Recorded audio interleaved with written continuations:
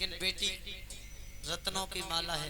ये भजन उस दिन गाया था, भाइयों की डिमांड में ऊपर गा रहा हूं। ये माँ उसको दिखाई नहीं देती जो पेट से गंदा होता है। ये माँ उसको दिखाई देती है जो आंखों से अंधा होता। जय हो।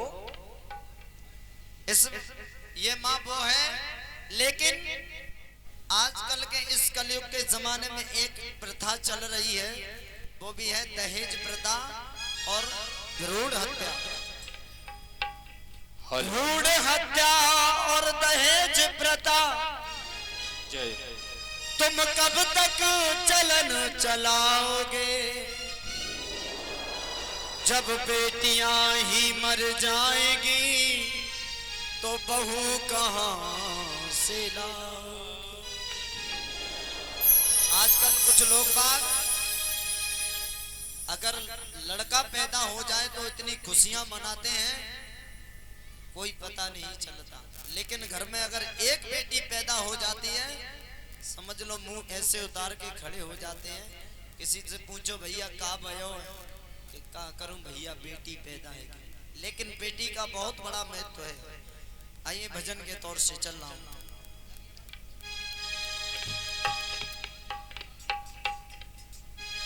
ओ पुत्र रतन कहने वालों ने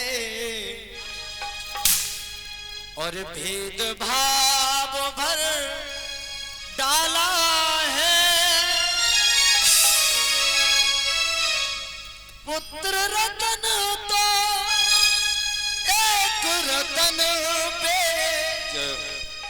रत्नों की माला है।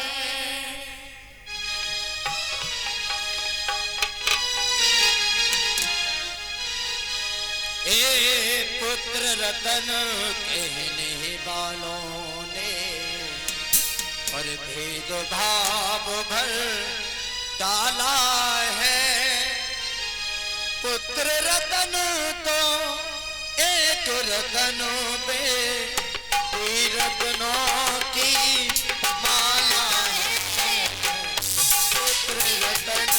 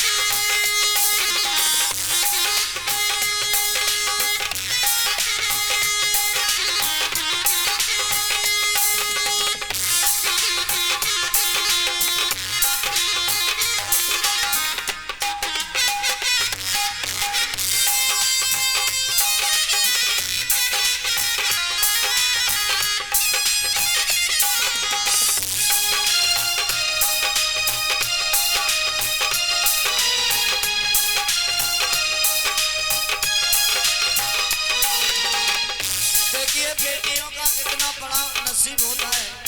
कहा है किसी ने, सोहने का हल चला कर राजा जनक सिया को घर लाए थे।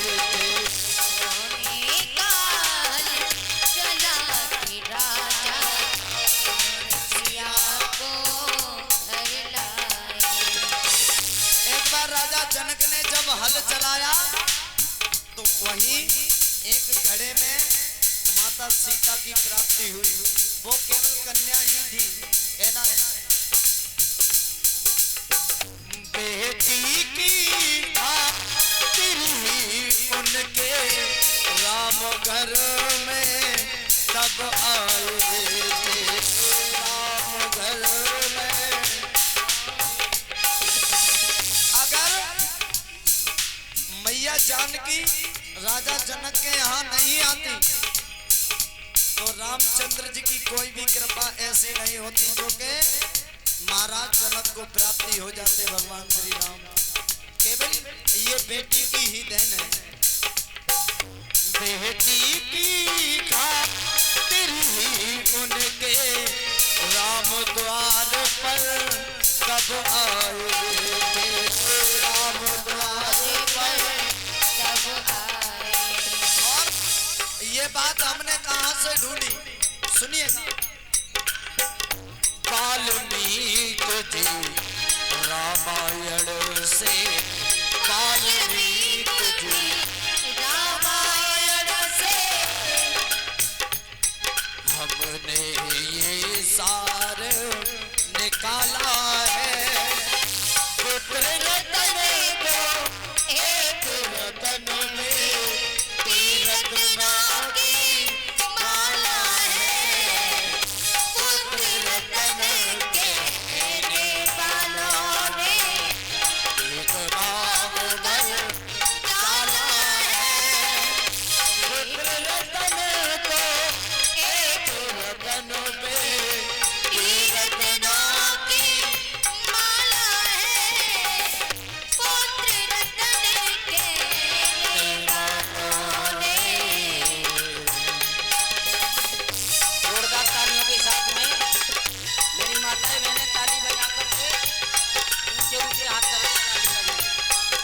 भाई हमारे भैया लोग बैठे हुए हैं वो भी ताली बजाएं। परीक्षित महाराज ताली बजाओ ऊंचा।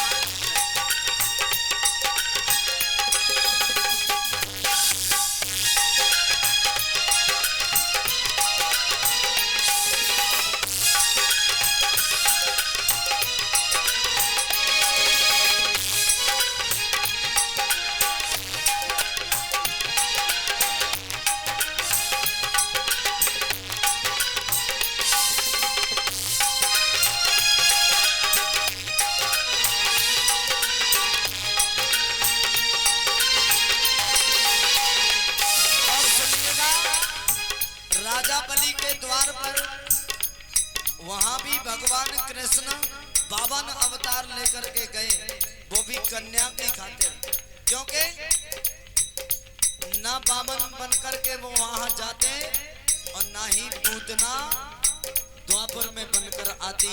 वो कौन थी सुनिएगा। राजा बलि घर जन्मी कन्या सत्य कायम तब आला था। बलि घर जन्मी कन्या सत्ता तब बदला। राजा बलि घर जन्मी कन्या सत्य कायम तब रख डाला। लेकिन सुनिएगा नाम क्या रखा। राजा बलि ने उस कन्या का राम रतन माला रखा था, राम रतन माला। राजा बलि ने नाम अपनी बेटी का रतन माला रखा। इसलिए कहा जाता है बेटियां रत्नों की माला होती हैं। कहना है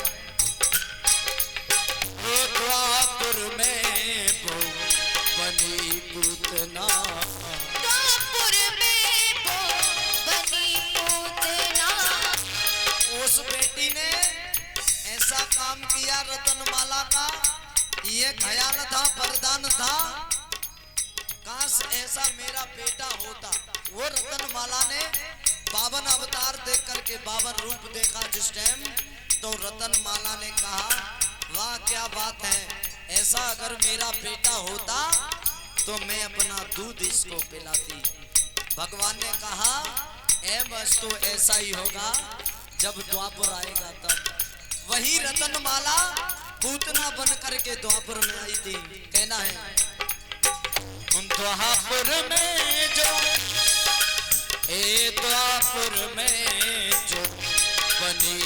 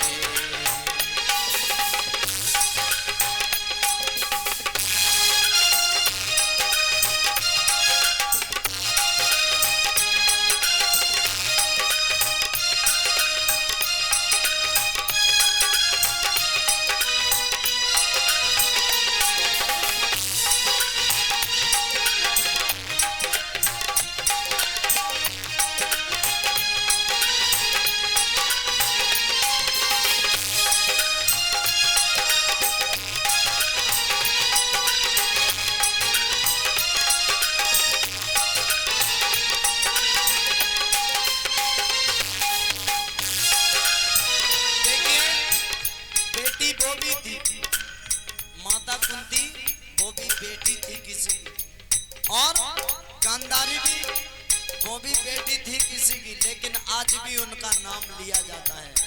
कितना अच्छा काम किया बेटियों ने, सुनिएगा।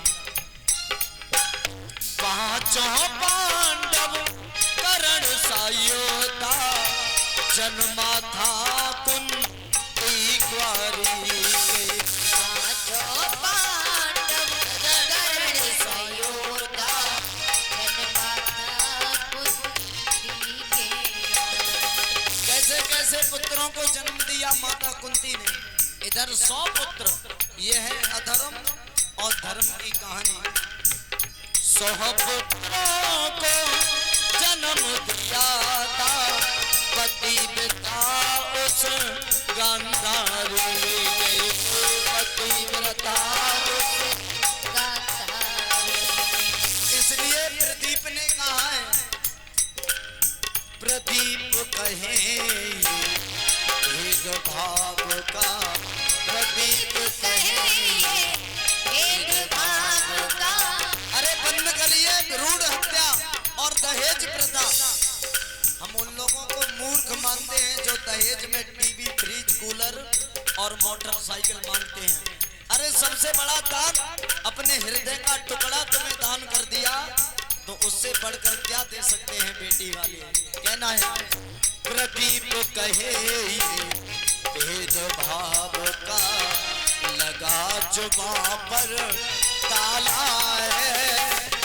पुत्र रतन को रतन पे रत्नों की माला है।